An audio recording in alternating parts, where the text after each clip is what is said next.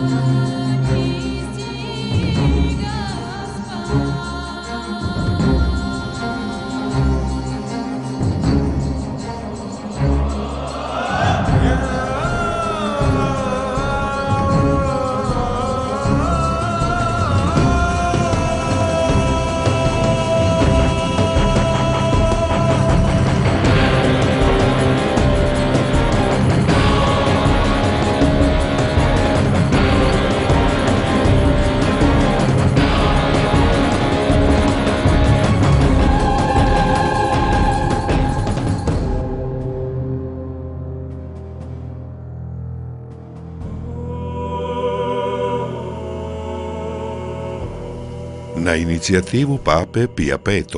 u Evropi je 1571. godine formiran Savez katoličkih država, simptomatičnog naziva Sveta Liga. Utemeljen na ideologiji pape Pija II., Kaliksta III. I Nikole V., Sveta Liga smatrala je Europu katoličkim kontinentom u kojem za muslimane nije bilo mjesta. Jedina sila koja je stala na put Svetoj Ligi bilo je snažno Osmansko carstvo, koje je u svom okrilju širilo islam, ali i pružilo zaštitu za judeizam i pravoslavlje. Odgovor na pitanje mora li se postati katolik da bi se istovremeno bilo europljanin, odnosno mogu li musliman i jevrejin preživjeti papsku ideju katoličke Europe, dalo je nadolazeće 17. stoljeće. Evropa nije i ne može biti kršćanski kontinent, jer kršćanstvo nije evropska religija u smislu da je nastala tu. Ona je došla tu. Ona je stigla, ona je nastala, tako reći, u istoj avliji, u istom dvorištu sa jevrejskom i sa islamskom. To je Bliski istok. Jerusalim, kako god hoćete. Abraham, Ibrahim ili Avram. Ona je religija koja potiče očito iz zajedničkih, geografskih i demografskih korelata i prelazi u Evropu. Dakle, Evropa u principu, u startu gubi alibi da proklamira neko pravo na kršćanstvo ili hrišćanstvo, jer ono tu nije nastalo. Sve religije koje dan danas postoje u Evropi su u stvari importirane religije, pa i kršćanski identitet, i jevrejski identitet Evrope, pa i islamski identitet Evrope.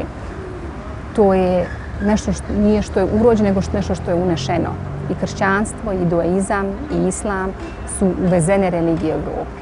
Tako, biti evropljanin i istovremeno musliman je nešto što se u potpunosti poklapa. Sveta Liga je u prvoj polovini 17. stoljeća upala u ideološku zamku i započela 30-godišnji rat unutar svojih redova.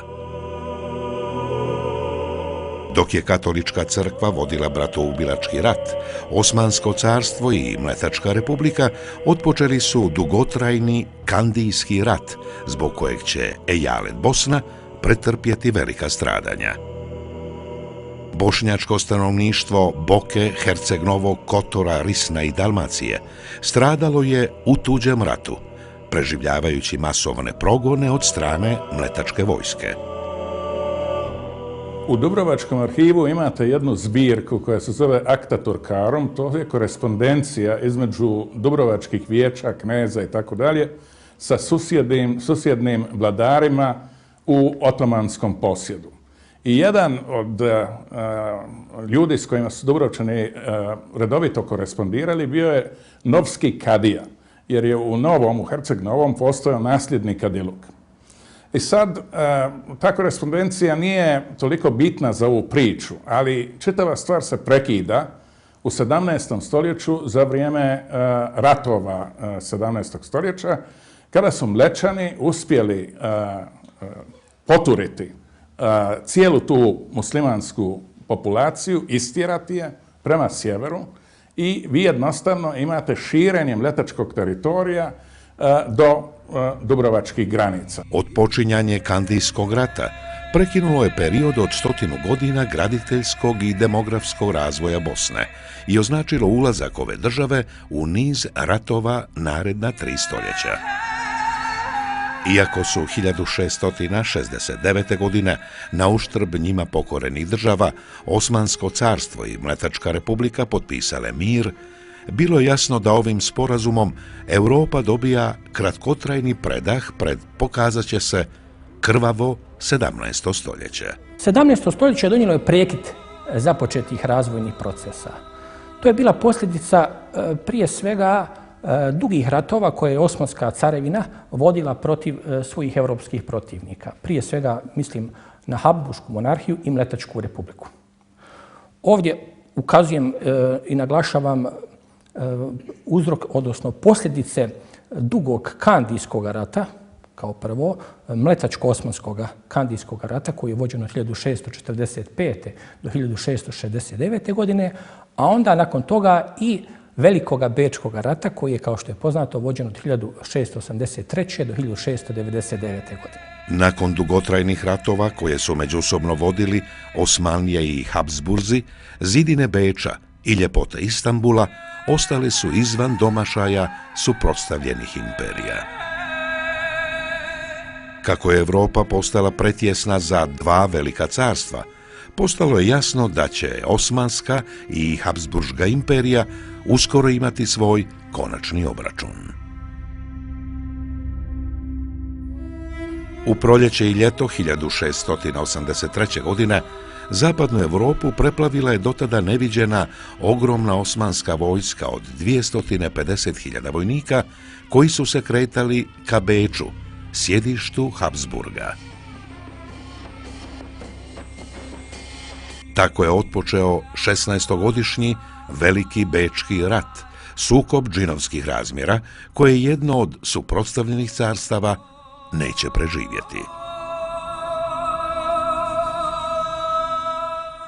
Veliki Bečki rat, znači koji se odvijao u periodu od 1683. do 1699. godine, bio je rat Svete lige, znači Venecije, Austrije, Poljske, Rusije, Svete stolice, protiv Osmanske države.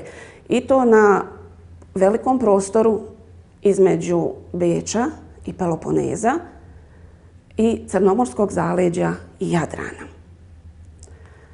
Te godine su obilježene općim progonom muslimanskog stanovništva, sa Balkana posebno.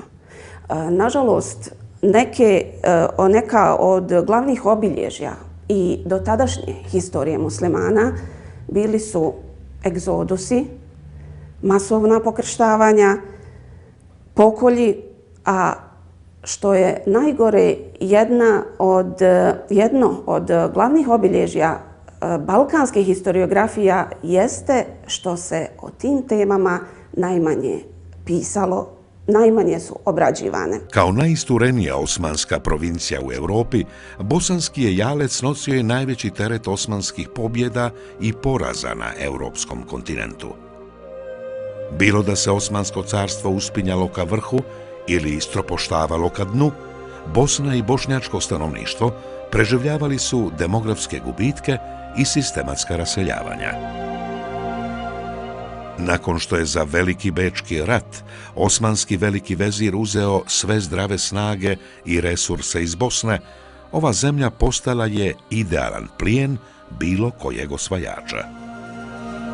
I u Velikom Bečkom ratu ponovila se ustaljena praksa ustaljena u prethodnim Habsburško-osmanskim ratovima, po kojoj su bosanske valije prema naredbama sa Visoke porte morali biti maksimalno angažirani na Ugarskom frontu.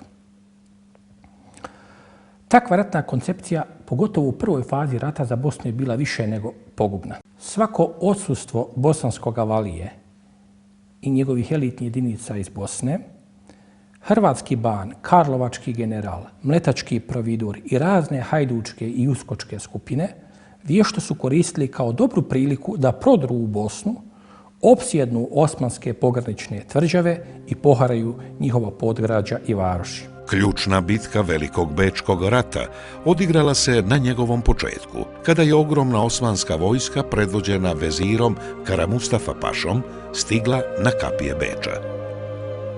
Svjesne da će ishod ove bitke odlučiti izgled Europe u narednih nekoliko stoljeća, borba Osmanske i Habsburške imperije na zidinama Beča bila je više nego krvava.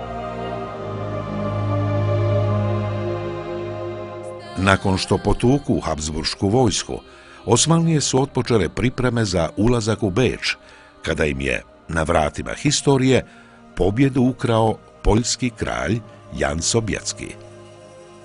Poslije okršaja sa Sobjetskim, osmanski vezir Kara Mustafa Paša proglasio je poraz pod bečkim zidinama, čime će otpočeti era masovnog izgona muslimana.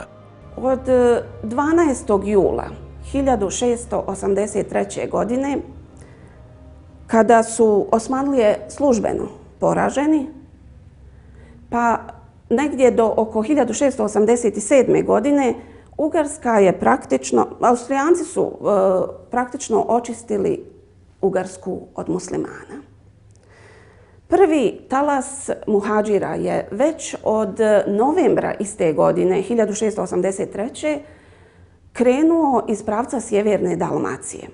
Naime, domaći ustanici u sjevernoj Dalmaciji, čuvši za dešavanja za osmanski poraz, ohrabreni tim, potaknuti od Mlečana, prvo potajno, a potom i otvoreno naoružavani od Mlečana, počinju da izgone muslimane iz prostora sjeverne Dalmacije. Poraz Osmanlija na bečkim kapijama bio je važan historijski događaj u Europi, odnosno trenutak kada je iz ruku osmanskih sultana moć otišla u ruke Svete lige.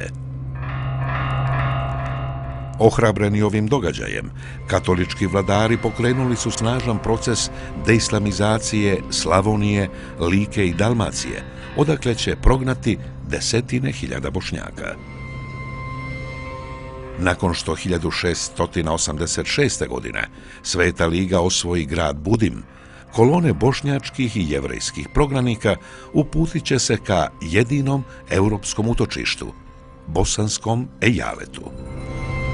Osmansko carstvo mora da se povlači, da napušta Mađarsku, da napušta, nakon Kandijskog rata napušta dijelove Dalmacije. Ti Bošnjaci, odnosno muslimani koji su tamo živjeli, bili eksterminirani.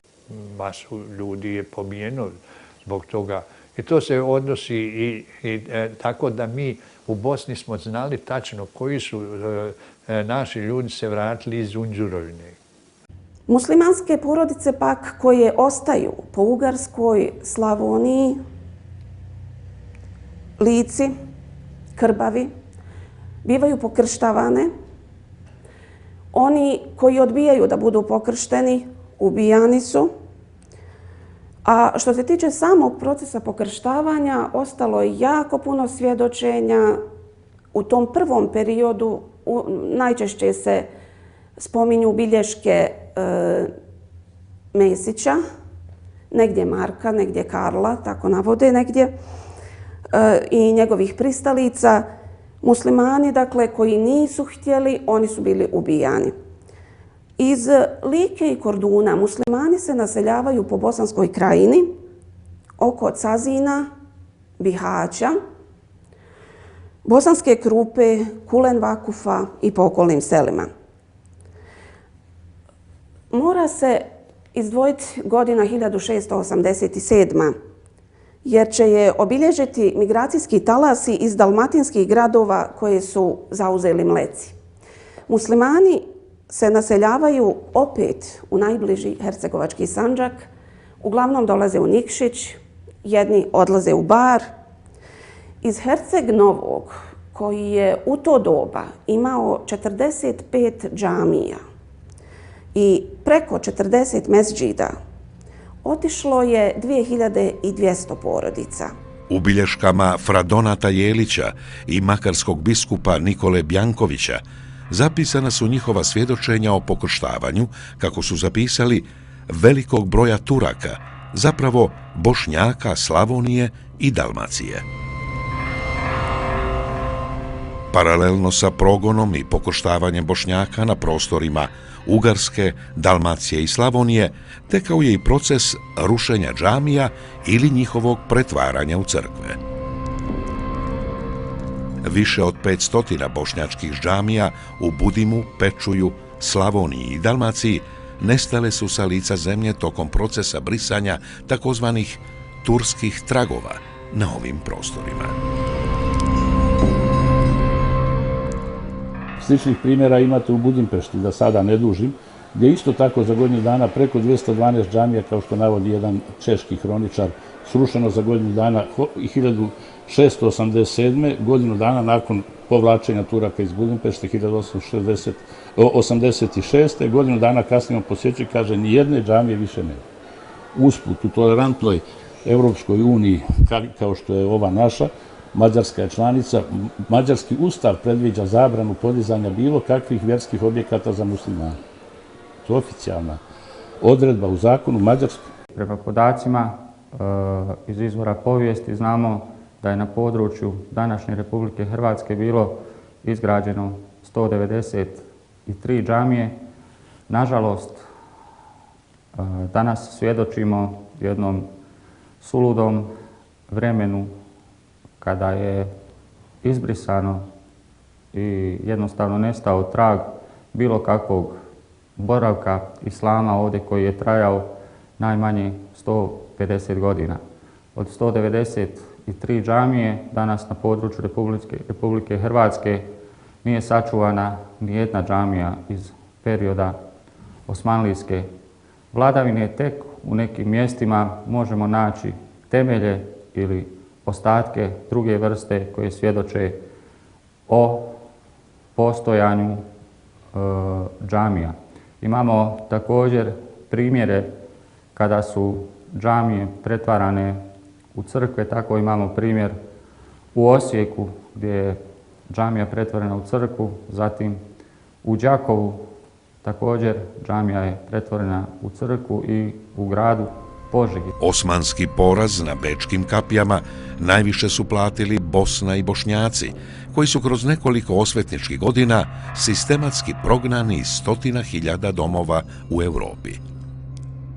Finalni zločin nad bošnjačkim stanovništvom počinjen je u epicentru njihovog postojanja, gradu Sarajevu, kojeg je oktobra 1697. godine do temelja spalio austrijski princ Eugen Savojski.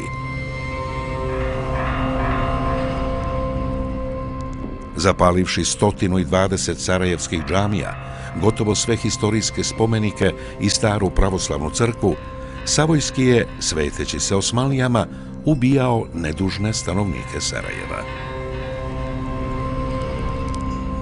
Kada je Eugen Savojski došao u Sarajevo sa svojom vojskom 1697. godine, grad je zapaljen. Požar je prvo izbio u Tašlihanu, onda se proširio na cijeli grad. Tako da je skoro cijeli grad izgorio, skoro sve džamije, cijela Sarajevska čaršija, katolička crkva u Latinluku i cijeli Latinluk.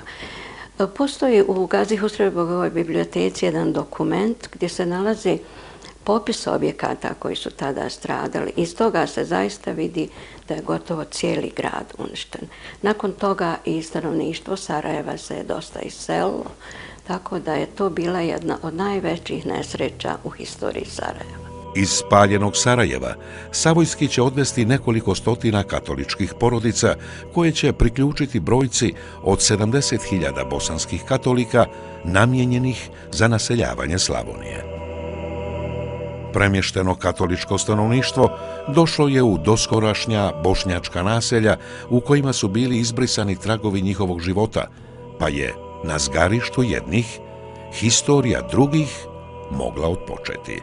Cijeli njegov odlazak do Sarajeva i nazad je zapravo bio planiran sa idejom da se zapravo, računajući na to da će katoličko stanovništvo u Bosni i Hercegovini, računajući na osvetu Osmanlija, s njime krenuti nazad u Slavoniju, zapravo bio u cilju naseljavanja Slavonije.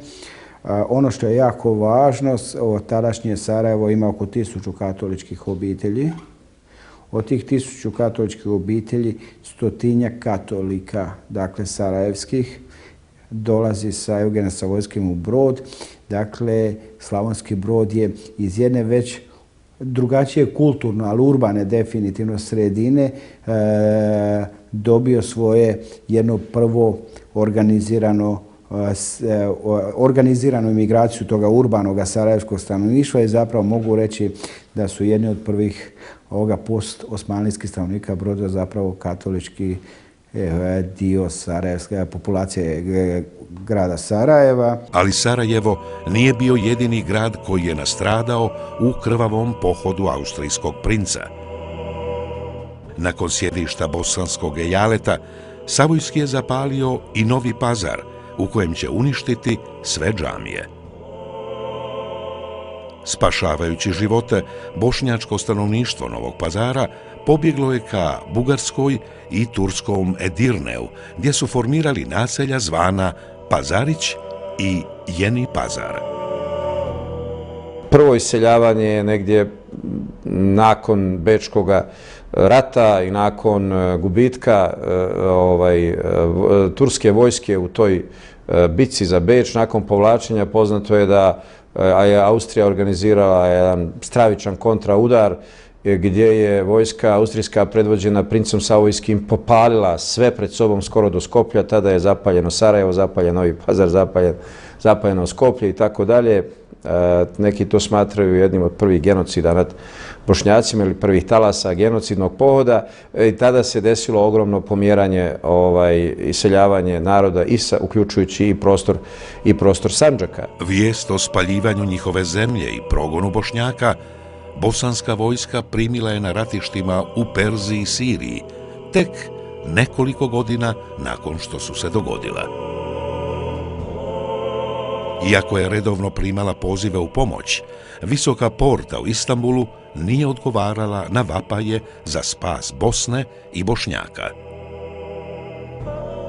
Izlaz iz teškog poraza Osmansko carstvo našlo je u mirovnom sporazumu u kojem će Bosna i Bošnjaci nastradati više nego li tokom ratnih sukoba. Nakon 300.000 mrtvih vojnika na obje strane, nekoliko stotina hiljada raseljenih Bošnjaka i 500 porušenih bosanskih džamija, februara 1699. godine postignut je Karlovački mir. Poraz kod Slankamena 1691. i poraz kod Sente 1697. doveli su Osmanlije pred zid. Bili su prisiljeni da sklope mir, do kojeg dolazi 1699. godine. To je Karlovački, dakle, mir. I to između Austrije i Venecije s jedne strane, Osmanske države s druge. Sporazum iz Sremskih Karlovaca najviše je naštetio Bošnjacima koji će životima i progonstvom platiti danak osmanskih poraza i bošnjačkog graničarskog života. U isto vrijeme u Bosnu je, dakle, koncem 17. stoljeća pristigle su brojne muslimanske izbjeglice. I to upravo sa onih teritorija koje su za Osmansko carstvo bilo definitivno izgubljene Karlovačkim mirovnim ugovorom iz 1699. godine. Tu prije svega mislim na prostore Osmanske, Ugarske, Slavonije, Like, Krbave, Dalmacije, dijelova Boke Kotarske. Prema nekim procjenama, u Bosnu je tada pristiglo preko 130.000 izbjeglica. Bitno je napomenuti da je značajan dio tih nesretnih ljudi i vodio svoje porijeklo iz Bosne. Na pragu 18. stoljeća Bosna i Bošnjaci našli su se na novim granicama, sa istim protivnicima i takozvanim zaštitnicima kao i prije 300 godina. Za svo to vrijeme, svijet koji je okruživao Bosnu nije se mijenjao, ali je taj religijski jednobojan teritorij svim silama želio promijeniti Bosnu. Opstanak unutar, ali i protiv nekoliko carstava koja su ih uporno opsjedala, Bosna i Bošnjaci branit će sopstvenim životima, jer za svoj graničarski život drugog uloga nisu imali.